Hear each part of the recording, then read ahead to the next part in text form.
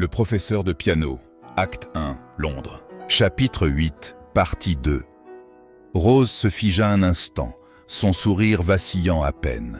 La bienséance exigeait qu'elle accepte, et sous le regard insistant de sa mère, elle posa délicatement sa main dans celle du jeune homme.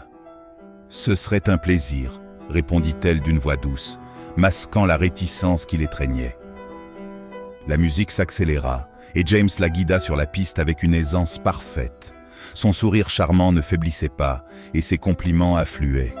« Vous êtes sans conteste la plus belle de cette salle », dit-il avec un éclat dans les yeux.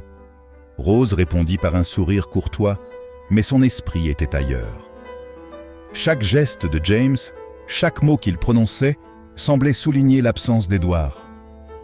Elle repensait à son professeur de piano, à ses mains qui effleuraient les touches avec une délicatesse qui lui parlait plus que 1000 mots.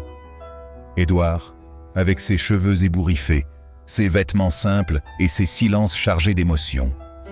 Tout en lui contrastait avec l'éclat lisse et prévisible de James. « Vous semblez bien silencieuse », remarqua James avec un sourire intrigué. « Ai-je dit quelque chose qui ne vous plaît pas ?» Rose secoua légèrement la tête, ramenant son attention à l'instant présent. « Non, pas du tout. Pardonnez-moi, j'étais absorbé par la musique. »« Ah, la musique ? Vous êtes pianiste, m'a-t-on dit.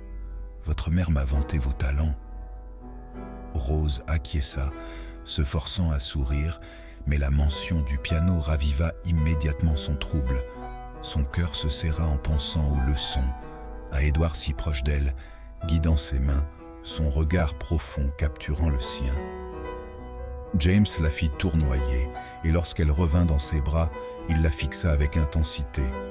« Vous savez, ma chère Rose, je crois qu'il est rare de rencontrer une jeune femme aussi gracieuse et accomplie que vous. » Elle répondit par un éclat de rire léger, presque automatique, mais ses pensées étaient lointaines.